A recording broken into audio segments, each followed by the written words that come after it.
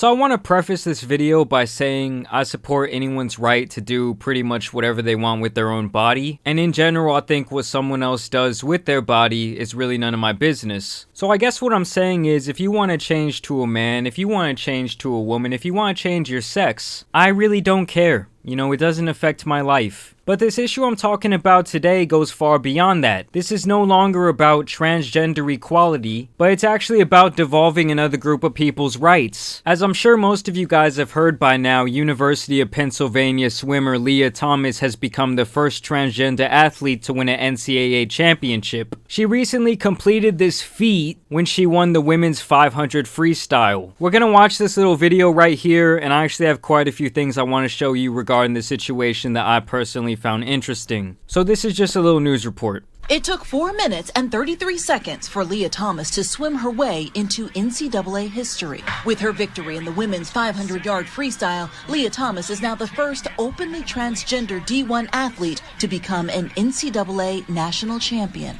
And I also want to note that the grand majority of people are very upset about this. After spending 3 years on the men's team, the University of Pennsylvania swimmer surpassed the NCAA requirement to compete on the women's team, 12 months of hormone replacement therapy. Still, so all you pretty much have to do to end up on the women's team if you're a man is take 12 months of hormone replacement therapy while they monitor your testosterone levels. Transgender student athletes will need to document sport-specific testosterone levels beginning 4 weeks before their sports championship selections. Starting with the 2022-23 academic year, transgender student athletes will need documented levels at the beginning of their season and a second documentation 6 months after the first. They will also need documented testosterone levels 4 weeks before championship selections. So it seems like as long as your testosterone stays at the same level, you're good, you can compete. Her standout season has ushered in a wave of scrutiny, splitting her teammates, some writing public letters of support and others anonymously speaking out against Thomas, with at least one complaining she has an unfair physical advantage. Yeah, and that's how these women are feeling right now. I mean, to me, this whole thing is completely fucked up, and you're taking something away from all these women who have competed their whole life for these events.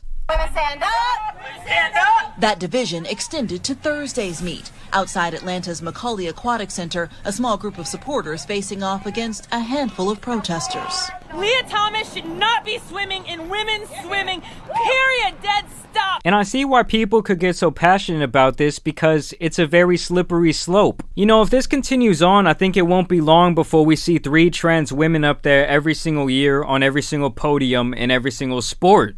Now, Craig, she's got 2 events left, the 200-yard freestyle and the 100. The 200 is today. She's going to hit the pool for the first preliminary this morning. Craig.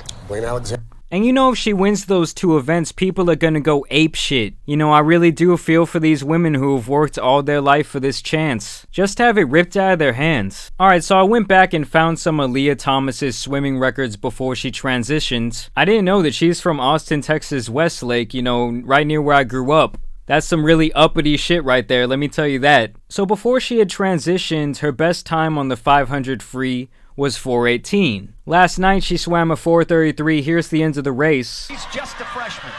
Lia Thomas pulling away over the final 150 meters. Had to work for it. She was pushed over the first 350. Look how far away the other women still are. Okay, they're all about, this one 7 seconds behind. She's the one who ended up finishing second. So I guess that you could say transitioning changed this person's time by no more than, what, 15 seconds? And keep in mind, this is his best time, you know, when it was still a male, versus this might not even be her best time now as a woman. So it could actually be a much smaller marginal difference. Just for fun, I also found the men's 500 freestyle from last year. Really looks good right now. And this is the time this guy would have had when it was a guy to win this, okay, a 4:07, and he was just nowhere close. As a matter of fact, he went from being ranked 462 in men's swimming to being ranked number 1 in women's swimming in 1 year. You know, he just miraculously made this decision his senior year, you know, it was crazy. And something I've found very funny throughout this whole thing is that mainstream media is just acting like nobody is outraged. Sports Illustrated printed this, you know, to swim as herself, really glorifying what's going on here. I thought this was really interesting. It appears that the Today Show is actually doctored images of Lia Thomas. I mean, look at this. That looks nothing like the original photo. There's just some more proof. I mean, it looks like they put an Instagram filter on that shit. I mean, it's even clear that they put a filter on this one too. Don't you guys find that a little bit strange? Especially when they're trying to act like they're so accepting. And I think this picture right here with the 3 runners-up standing on the podium while Lia Thomas stands on the other side, it really just speaks volumes about how the world of women's swimming feels about this bullshit. And last but not least, I wanted to show you guys this clip. Virginia Tech swimmer competing in this year's NCAA championship details how her teammate was brought to tears after a place in the finals was taken by Lia Thomas. You're a Virginia Tech swimmer. What did you think about Lia Thomas competing today? As a swimmer in this competition, what are you feeling? What are other athletes feeling?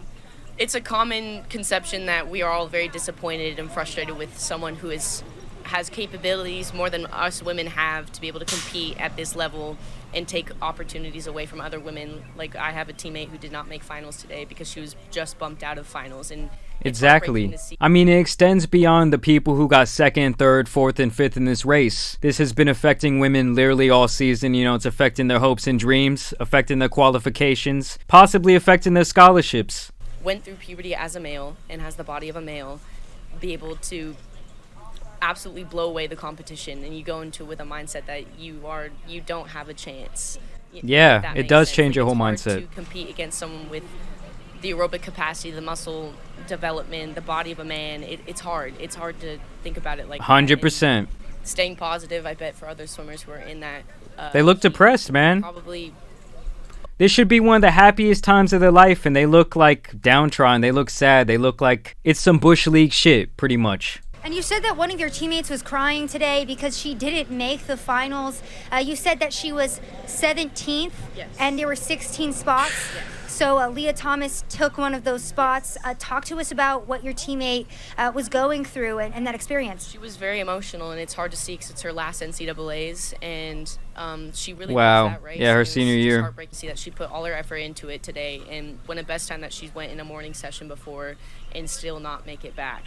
It's hard to see someone who works every day, every night, still not be able to compete against someone like that. Yeah, so the girl had pretty much put up her best time ever, but because Lia Thomas was also in the race, she slightly got bumped out. Also, just wanted to show you guys a picture of the runner-up, Emma Wyant. You know, congratulations to you. We all know you're the real winner. Like I said, guys, this extends far beyond, like, trans rights and trans issues. I do want to know if there's trans people out there watching this video, drop your opinions down in the comment section below. Personally, I think we should just either have a trans league, or like that young woman said, if your body developed as a male, you know, you went through puberty as a male, you should still have to compete against the men. But like I said, at this point, we're dissolving other people's rights, all in the name of a very small percentage of the population, and it's biologically completely unfair. But let me know what you guys think about this situation down below. As always, I do want to thank you guys for watching today and subscribing, dropping a like on the video, and sharing with a friend. And as you guys know, it's been your boy, the Tan Superman, and some other bullshit out here needs to get covered, so I'm out.